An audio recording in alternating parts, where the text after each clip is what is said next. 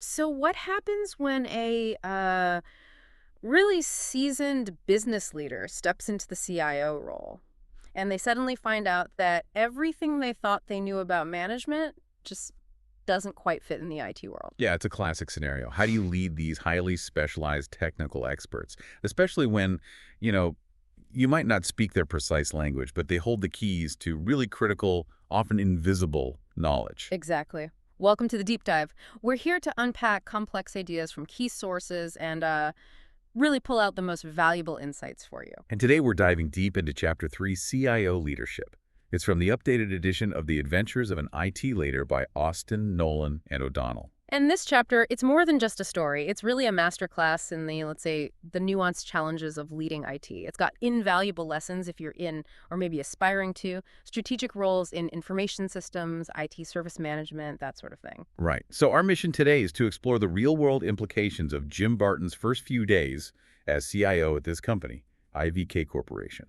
We'll look at his journey through three critical lenses, things central to strategic information systems, organizational issues, management challenges, and those core IT complexities. Yeah, this isn't just a recap. It's more an exploration of why IT leadership development is so strategically important and how theory connects to, well, the messy reality leaders actually face. So as you're listening, think about which IT leadership challenges really resonate with you. And if you find this discussion valuable, please follow the deep dive, maybe share it with colleagues or classmates. And just reflect on how these insights might click with your own professional path. Okay, let's jump in. Okay, so Jim Barton, new CIO at IVK. He starts his first full week, right? And he wants to have this strategic offsite planning session. Yep, he brings in his four direct reports. Yeah. You've got Bernie Rubin, Raj Giovanni, Tyra Gordon, and Paul Fenton. Barton's idea is pretty straightforward. Just Yeah. the core managers, focused meeting, align the vision, figure out how IT can actually drive the business forward. But it doesn't quite go to plan immediately, does it? Even before they really get started. Paul Fenton, one of the managers, kind of pipes up. Right, he hesitantly asks, is it just going to be the five of us? He points out they can only really talk strategy up to a certain point. Especially on something critical like security. Exactly. Without the key technical specialists there. People like John Cho, this sort of flamboyant cybersecurity guru they have. That must have been a bit of a shock for Jim, right? A quick reality check. Oh, absolutely. It's a classic management issue. Hitting him square one. His assumption about how leadership meetings work, it just got challenged by the unique nature of IT teams. Because in his past role, Right. Leaders set the direction. They didn't need analysts or, engineers sitting in the room for that high-level strategy talk. He's genuinely puzzled, thinking, shouldn't these heads of department be able to handle this without their sidekicks? that term sidekicks really says a lot about his initial mindset. It does. And the key thing here, the real insight, is that in IT, often the details, that they are the strategy. It's not always like other business functions where you can separate them so easily. And this pushback, it also triggers some organizational alarms for Barton, too, doesn't it? Definitely. He starts wondering, okay, does this point to deeper problems? Are the managers too siloed off? Are they maybe too reliant on certain key individuals? That's key person risk right there. Yeah, huge risk. Or maybe there's just no structure, poor processes, bad knowledge sharing. If only one or two people understand how critical systems actually work. He's starting to connect the dots. Maybe this is why IT has historically underperformed at IVK. It's not just about tech, it's organizational structure, maybe culture. So they land on a compromise for the offsite. Yeah, a pragmatic one, a two-parter. First, the five leaders meet alone, then the tech staff join in for a bit, and finally, the managers get back together. It sounds simple, but it shows Barton starting to adapt, right? Learning about the collaborative way IT often needs to work. Exactly. It's not just scheduling. It's him learning. You have to empower the tech experts, but still maintain that overall managerial direction. And, this kind of practical solution, it really mirrors best practices you see in frameworks like COBIT. How so? Well, COBIT emphasizes aligning IT with the business through defined processes, shared understanding. Not just top-down orders based on who has the bigger title. It's about structured collaboration. Got it. And this whole situation also throws light on the organizational and management side of culture and trust, especially for Barton as an outsider. For sure. He knows he has to earn credibility. He senses this. Caution in his staff. Maybe, they've been under the gun for years, just try to keep the lights on, constantly getting criticized. Plus, he's now the boss of people who are his peers, like Tyra Gordon. That adds another layer. It does. He's realizing fast. IT workplace culture, it's its own thing. Leading it requires a different kind of touch, more empathy, maybe. So, grappling with this, he seeks out Bernie Rubin, the veteran, right, Yep. head of technical services. Yeah, for a candid conversation. Barton basically admits, look, I've never seen this sidekick dependency before. Not in loan operations, where he came from. He genuinely wants to understand why IT managers feel they need their tech experts right there with them. It's that core dilemma for many leaders new to IT, getting your head around why this domain is just different. And Bernie lays it out for him, a real masterclass in why IT is different. What's the gist? Well, first, unlike other functions like loan operations, which Barton knew inside-out technology just moves too fast. Yesterday's expert knowledge, it can be obsolete tomorrow. So the manager often can't do the subordinate's job, even if they wanted to. Pretty much. Yeah. Bernie himself, a former programmer, admits the tech details left him behind ages ago. So how does a new CIO like Barton build credibility in that environment? It's not by knowing everything. That's a huge shift. And Bernie also talks about specialization, right? Exactly. That's a massive IT and organizational point. Right. IT teams are full of specialists, people with, as Bernie puts it, absolute intellectual horsepower who often have zero interest in management. They love the tech. And these are the people who hold the critical details. Absolutely. Bernie stresses that a seemingly tiny technical decision, database design, network segmentation, whatever, can blow up into huge business consequences. Security risks, systems that can't scale. Right. So the manager's job becomes, what, translating? Kind of. Constantly teasing apart technical issues from business issues, as Bernie says, making those crucial trade-offs, understanding the implications. Which means IT leaders, like Barton, are often operating with this knowledge handicap compared to their own staff. That's it, exactly. You rely massively on trust, on collaboration. It's a total flip from traditional leadership where the boss is often the top expert. It really lines up with modern IT leadership ideas, doesn't it? Yeah. Successful CIOs now focus more on delegation, governance, setting direction. Rather than trying to do it all themselves. Yeah. Yeah. Frameworks like ITIL, focusing on aligning services with business needs through processes and roles. And COBIT, providing governance to manage complexity through controls, not just relying on individual genius. Yeah. They implicitly support this kind of leadership approach. Barton's learning it the hard way, through experience. Okay, so Bernie, seeing Barton's genuinely trying to understand, gives him a tour, a guided tour of IVK's IT department structure. Yeah, mapping out the landscape, highlighting the key groups where the knowledge lives, and importantly, where the vulnerabilities are. And this tour, it's fascinating because it reveals where the real strategic IT risks are hiding. First stop is Bernie's own group, Technical Services. Right. This group handles innovation. They've got an internal consulting team scouting new tech, emerging approaches. If this book were set today, in 2025... They'd be all over generative AI, advanced analytics. Exactly. 89% of CIOs are accelerating Gen AI adoption now. Bernie notes, interestingly, there's no single irreplaceable tech wizard here, which is actually good from a continuity perspective. But then there's the database group within Technical Services. Ah, yes. They guard IVK's data crown jewels. And here sits Geeta Puri. Easily the key person. That's how Bernie describes her. A database whiz with rare talent and deep institutional memory. Classic key person dependency. Huge turnover risk. If Geeta walks, IVK has a major problem. So Barton immediately sees a governance issue there. Data governance, knowledge management, continuity, stuff right out of the COVID playbook. Absolutely. He knows he needs a plan for that. Technical Services also has this vendor management and integration team. What do they do? They research new stuff, hardware, software, cloud services, make sure it integrates with the existing MES architecture, and they manage those crucial vendor relationships. Which sounds very relevant today. CIOs are constantly wrestling with integration complexity, third-party security risks. And trying to consolidate vendors to cut down complexity and cost. That's a huge priority for CIOs in 2025. This group's work, it needs the kind of process rigor that ITIL promotes for introducing new services in a controlled way. Okay, so after Technical Services, where does Bernie take him? To Raj Yuvani's Customer Support Systems group. These guys maintain the high-stakes customer-facing apps, stuff critical for keeping customers happy. High-pressure job. Totally. And Raj has a few supercoders, maybe 3 of them, highly skilled. Now, Bernie says none is quite as singular as Geeta or John Cho, but still. Still a risk. If one of those supercoders leaves, it could seriously impact IVK's ability to update things, maintain that customer experience. Right.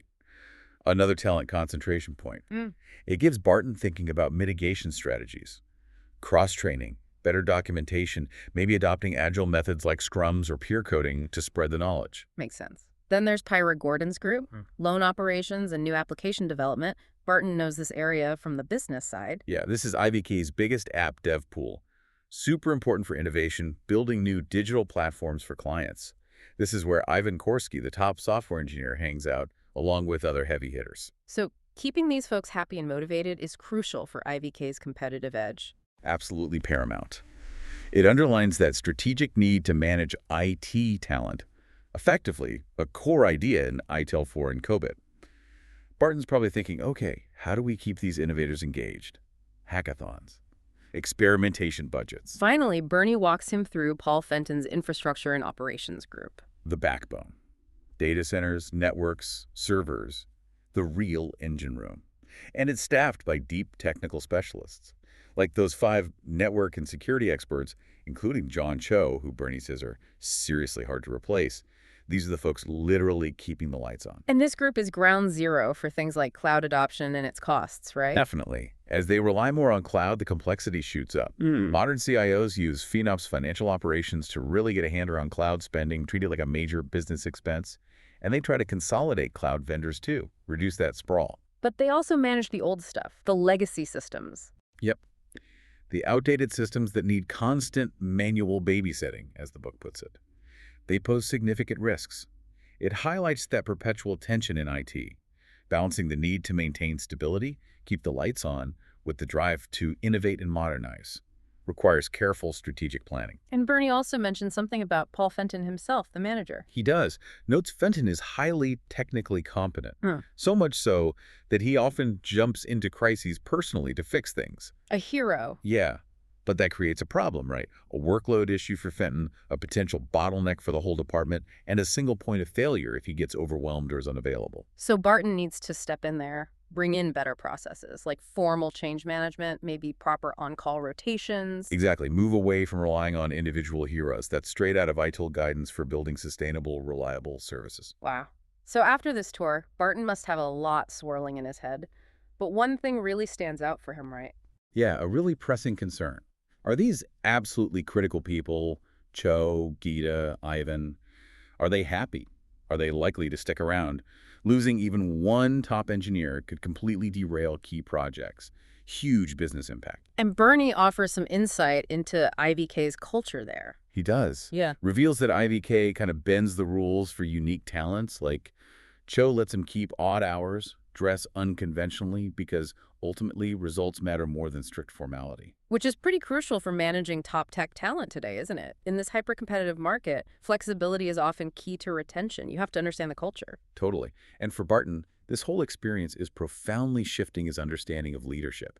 He started with his predecessor's mantra, remember, IT management is about management. Right, implying it's just like any other management job. But now he sees the nuance. It is about management, but it's also about managing highly specialized talent, dealing with these knowledge silos, navigating constant, almost dizzying change.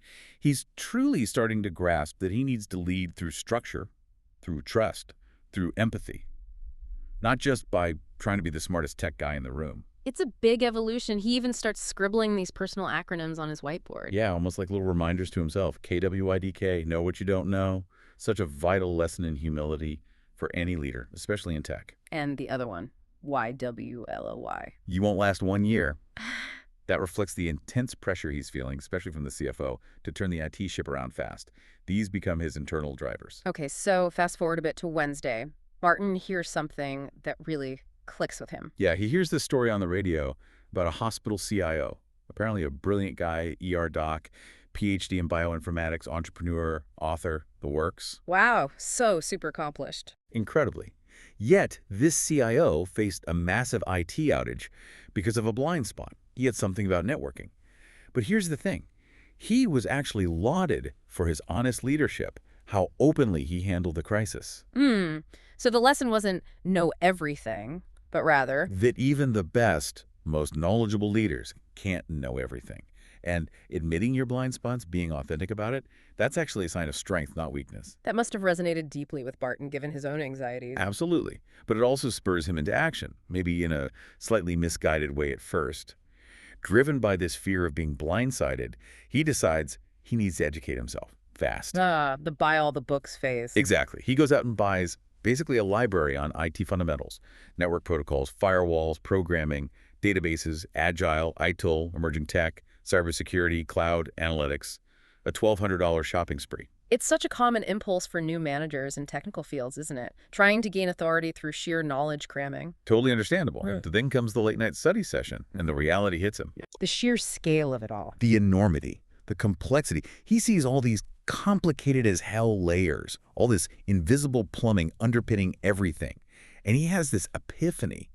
Memorizing technical trivia, it doesn't actually help him make better high-level CIO decisions. He just drastically underestimated how complex IT truly is. That sounds like a really humbling, maybe even defeating moment. It is. Exhausted, feeling beaten, he finally opens up to his girlfriend, Maggie. He admits he needs to completely rethink his assumptions about management, about who can know what. He confesses, I had no idea, just no idea how much I didn't know.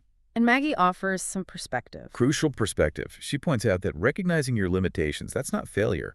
For a seasoned leader, that's actually a critical leap forward. Great leaders don't know everything. They surround themselves with experts. They focus on asking the right questions. Not necessarily having all the answers themselves. Precisely.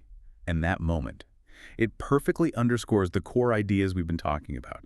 IT service management. It's a team sport that's the ITIL philosophy. Effective governance. It means managing technology far too complex for any one person to fully grasp. That's COBIT thinking. Admitting, I don't know it all. That's not defeat for a leader like Barton. It's the essential first step towards a smarter, more effective leadership approach. Wow. Jim Barton's first week as CIO is just such a powerful story. A real reminder that IT leadership isn't just about the tech. It's so much more. It really is. It's about skill. And maybe most importantly, confronting and actually leveraging your own knowledge gaps. His journey really highlights understanding that unique IT culture, spotting those key person risks and process gaps, and managing that constant push and pull between keeping things stable and driving innovation. And he learns, quite painfully at times, to embrace humility, to see the need for managing through structure, through empathy, not just relying on trying to match the tech expertise around him. Well, we really hope this deep dive has sparked some new insights for you. Please do remember to follow, share this with others who might find it useful, and think about how these lessons might shape your own path in IT leadership. Absolutely. So as you reflect on Jim Barton's experience, here's something to consider. What's one specific IT leadership challenge from this chapter that you believe requires a fundamentally different approach compared to, say, traditional business management? And thinking practically, what specific steps would you take to address that challenge in a real-world situation?